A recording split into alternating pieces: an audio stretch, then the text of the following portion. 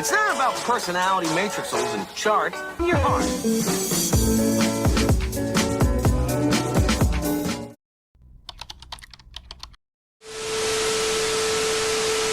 Hi everyone, welcome back to another study vlog. So this video is going to be very special जो कि मेरे results के बारे में है। तो तुम लोग बहुत ज़्यादा वेटेड थे कि रिज़ल्ट कब आएगा, तो कल मुझे अपना रिज़ल्ट मिला है और आज मैं ये वीडियो शूट कर रही हूँ।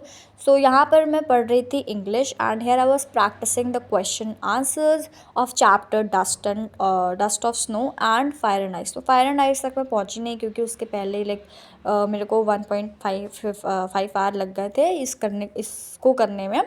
तो जो रिज़ल्ट है वो लास्ट में आपको मैं दिखाऊंगी क्योंकि क्योंकि क्या मतलब लास्ट में दिखाऊंगी क्योंकि यहाँ पे मैं तुमको थोड़ा सा स्टडी व्लॉग भी दिखा दूँ ना, क्या क्या मैंने पढ़ा। तो मैं भी यहाँ पे मैंने अभी तुमको पहले बताया कि आई was doing the question answers. तो देखो मैं बताती हूँ, यहाँ पे मैं कोई फेयर क्वेश्चन आंसर्स नहीं कर रही थी।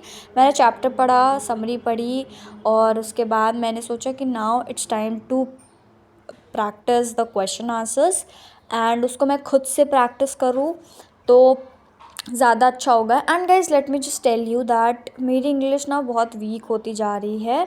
सो I need to improve in that and I want to score good because I don't want to lose my marks in English. And जो कि हो रहा है ऐसा, मतलब अगर तुम मेरे रिजल्ट देखोगे ना तो भी तुम देखोगे कि इतने मतलब मैंने एक्सपेक्ट नहीं किया था मेरे इंग्लिश में इतने गंदे आएंगे, बट क्या कर सकते हैं भाई, कह तो हम देखो जो हो जाता है उसको हम इम्प्रूव नहीं कर सकते, बट हम आगे होने वाली चीज़ों को इम्प्रूव कर सकते हैं ना। हम अपनी मिस्टेक्स को सुधार सकते हैं और ऐसा कर सकते हैं कि हम अब इन फ्यूचर हम उसको रिपीट ना करें।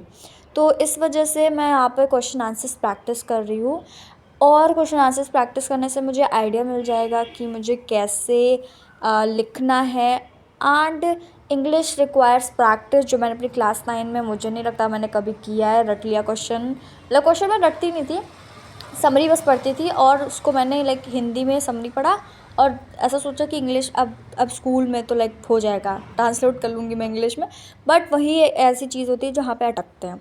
So here it was 10:48 AM and I was done doing the practice। तो अब मैं जा रही थी ब्रेक लेने क्योंकि from 1.5 hour I was doing. And जब मैंने वीडियो स्टार्ट की उसके पहले ही मैं पढ़ रही थी, तो यहाँ पे आई डिसाइडेड कि चलो फिर जल्दी से ब्रेक लेते हैं क्योंकि मैं आई वॉज टायर्ड और मुझे भूख भी लग रही थी।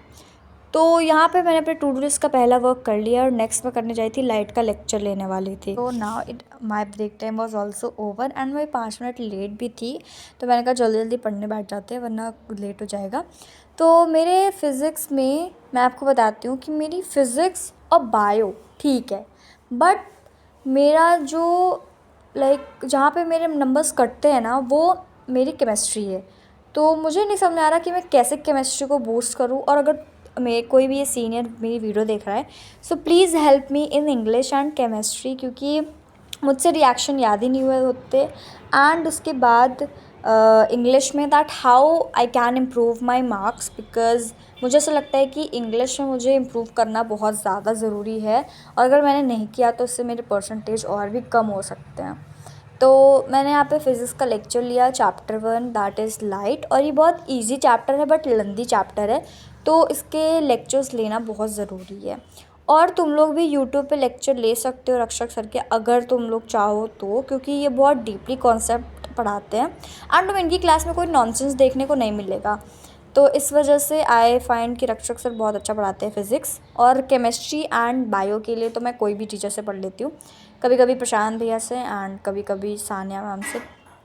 तो फिर देखते हैं कि आगे किससे पढ़ना है। एंड गाइस तुम लोग मेरा रिज़ल्ट देखने के लिए लास्ट तक बने रहना। मैं अपनी मिस्टेक्स भी शेयर करने वाली हूँ जो मुझसे हुई है। So let's see. So yeah guys, before showing my results, let me just tell you that I cannot show you my the whole report card because उसके बीच में मेरा स्कूल का नाम लिखा है एंड मैं वो नहीं दिखा सकती। तो मैं आपको पार्ट वाइज दिखा रही हूँ अपना रिपोर्ट कार्ड, तो तुम लोग समझ जाना। सो लेट्स से एंड देखो मैं तुम लोग को अपना फाइनल का दिखाने वाली हूँ परसेंटेज नहीं मतलब पूरा नंबर एंड उसके बाद लास्ट में मैं परसेंटेज दिखाने वाली। तुम लोग यहाँ पे देख सकते हो ये मेरा ही रिपोर्ट कार्ड है। वैसे उतने अच्छे नंबर नहीं है कि तुम लोग शक करो, बट तो भी मैं दिखा देती हूँ कि ये मेरा रिपोर्ट कार्ड है।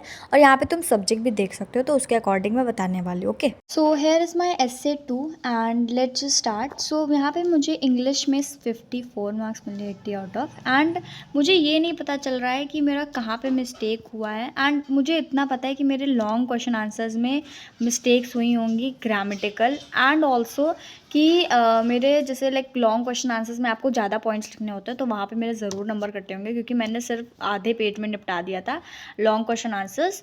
और इंग्लिश में मुझे ज़्यादा इम्प्रूवमेंट करनी है, क्योंकि ये बहुत ज़्यादा ही कम नंबर हैं। तो लेट्स होप कि ऐसी मिस्टेक्स ना रिपीट हो। नेक्स्ट है ये हिंदी। तो हिंदी में मेरे 63 नंबर आए हैं। लाइक बहुत गंदे हैं, बट क्या कर सकते हैं।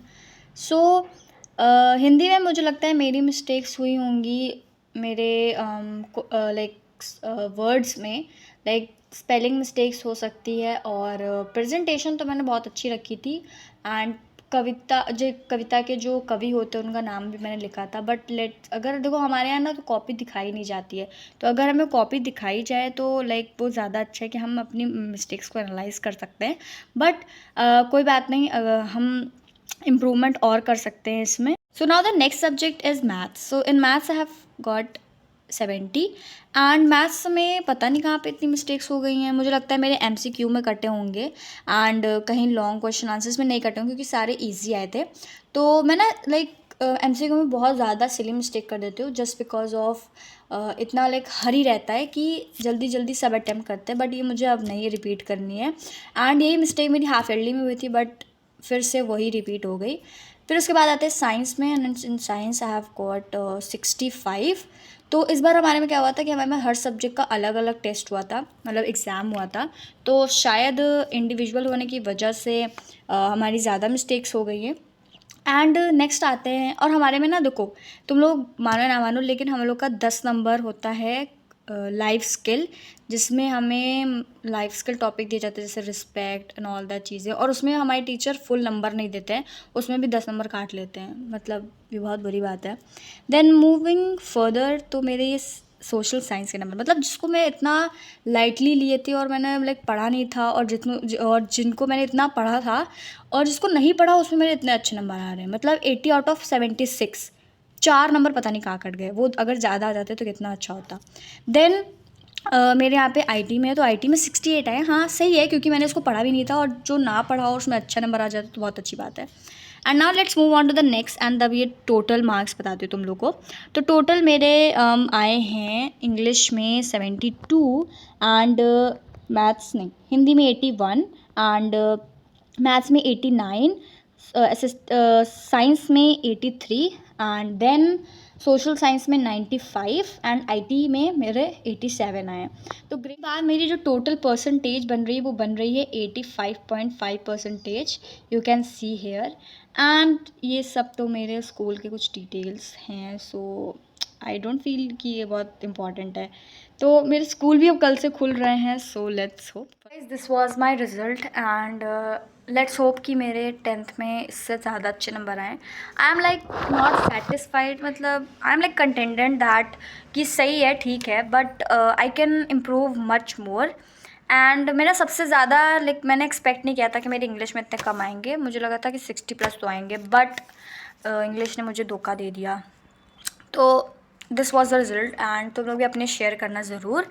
सो या guys, that's it for today's video. And कल से मेरे स्कूल भी चालू हैं, तो क्या लेट्स सी।